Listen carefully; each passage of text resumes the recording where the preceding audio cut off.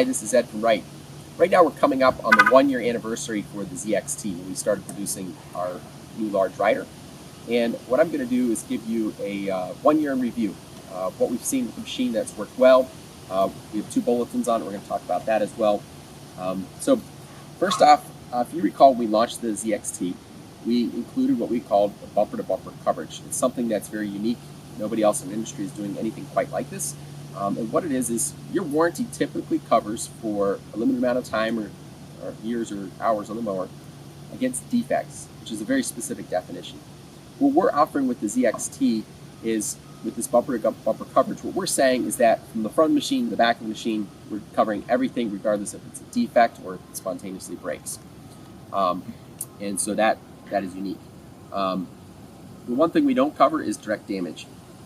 So if the mower falls off a trailer or something like that, that wouldn't be covered, but pretty much anything else we're going to cover. We also offer umbrella coverage over the engine, and so if the engine has any issue that the engine manufacturer doesn't cover, we'll cover that instead. That bumper coverage, we're glad we did it. We didn't find that we had a huge amount of issues that wouldn't have been warranty anyways, and we planned that would have expired about right now. And so what we're going to do is we're going to continue to offer that bumper-to-bumper coverage for the first year of the machine for any mowers that are bought through next spring. So that's good news for any of you that are looking to buy a ZXT. We're going to continue to offer that policy. The ZXT has low maintenance features, right? So it has the oil guard system with a 500-hour engine oil change interval. The filter's easy to change. The oil's easy to drain out of the tank. The hydro system is a pump and motor system, isolated left and right with 8 quarts of oil. Runs very cool, and that machine that has the oil change interval of 1,000 hours. So all those things have been working well. On the frame side of the machine, we avoid grease fittings because, frankly, it's a waste of time if you can design around it. So we have like a lot of pivots with ball bearings, sealed ball bearings, or synthetic bushings on a stainless steel shaft. Those types of things, to avoid the need to have to continuously pump grease into the machine. So all those things have been working really well. Another thing that we've got positive feedback on is the deck is what we call the Aero Core 1.5. And so what we have there is the back of the deck is tapered slightly like this instead of flat. What that taper does is, as the air is spinning in the deck and it's going from the back towards the left side, the air column is expanding, creating additional vacuum on the trim edge or in the center chambers. It's more challenging to get the grass to cut where the blades intersect, and so we're bringing more vacuum to that part of the cut. And so that works. That effect is more distinct when you're doing finish cut mowing. If you're cutting tall grass or heavy grass or wet grass or those types of things, that feature doesn't help as much. And so with this machine, with a big engine, it's just a bigger mower, typically more rough cut conditions. We removed that feature, and the feedback has been positive on that. So that's good to see. The bagger system for this machine, if you recall, we'll link a video about the bagger system here. The bagger system, we approach that with a very heavy-duty mindset. It's very repairable, a lot of metal parts, not a lot of plastic parts. Belt drive is direct to the blower instead of a twisted belt. And our approach here was that many blowers are originally intended for 20 to 25 horsepower engines, but here we have 40 horsepower.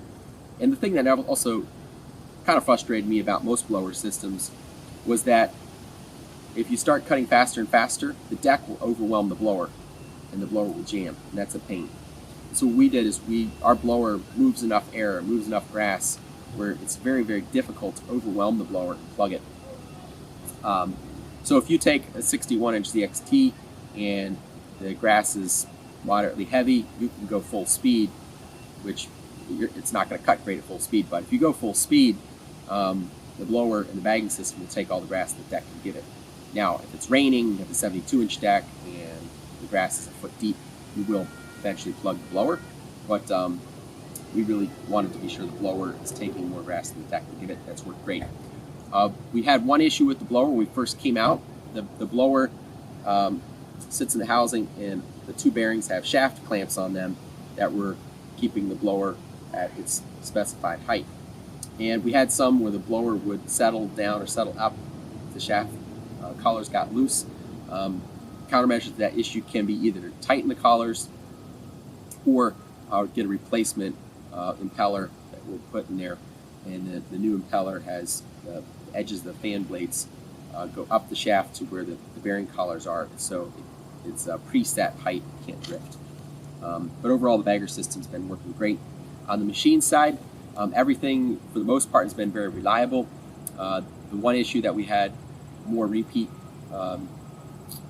issues around was the bolt that holds on the Iterator Arm for the hydro system. So that bolt could break off, and then the idler comes off, the machine stops.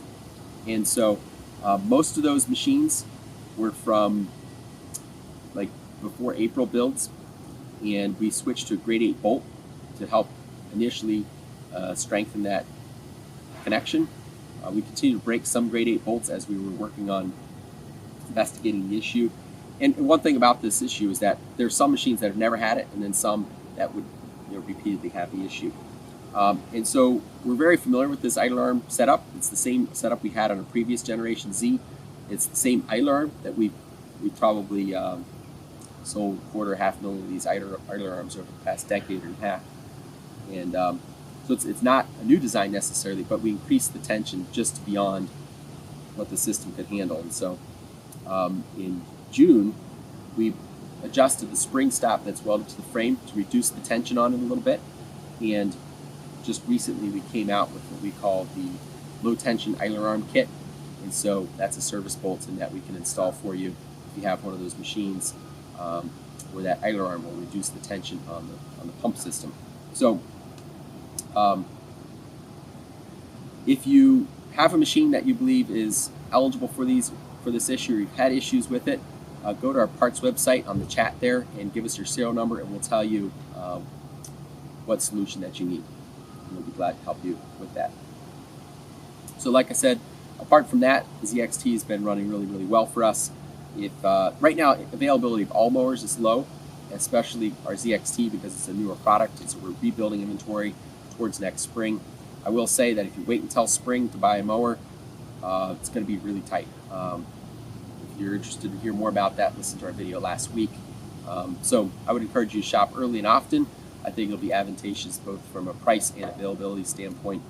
The ZXT, if you compare it price-wise to 40 horsepower class, you look at the size of the wheel motors, the size of the tires, the machine's capability overall, you'll find that it's one of the better priced machines in that category in the market. So we're definitely looking forward to next year, to building on the success that we've had. We're looking for GIE coming up, or soon they're going to call it the Equip Show. And I'll tell you that we have a new product that we're going to show there. And I can't tell you what it is just now, but I'll tell you that it has a relationship to the ZXT. And we'll leave it at that for now. Well, hopefully you have a great week and a good rest of your